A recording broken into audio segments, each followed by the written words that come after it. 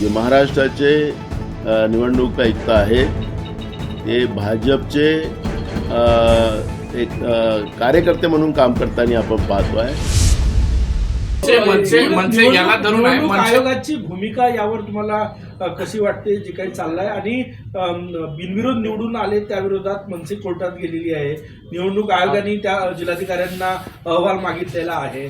नाही, निवडणूक आयोगाने ज्या पद्धतीने यू टर्न केलेला आहे की पहिल्या दिवशी सांगितलं की आम्ही या सगळ्या बिनविरोध आलेल्या सदस्यांची चौकशी करू आणि दुसऱ्या दिवशी निवडणूक आयोग सांगतं की आमचा काही संबंध नाही, आम्ही कुठलीही चौकशी करणार नाही.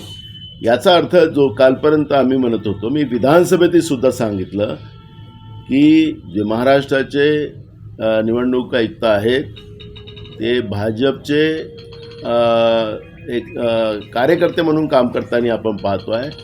आणि ज्या पद्धतीनं जे महाराष्ट्रामधल्या आता स्थानिक स्वराज्य संस्थांमध्ये जी काही परिस्थिती सुरू झालेली आहे त्याच्यात ही सत्यता आहे. मागच्या नगरपालिका नगरपंचायतमध्ये पण मुख्यमंत्र्यांनी सांगितलं की निवडणूक आयुक्ताची भूमिका संशयास्पद आहे, हे मी पहिल्यांदा पाहतो असं उपमुख्यमंत्र्यांनी त्या पद्धतीचं वक्तव्य केलं होतं.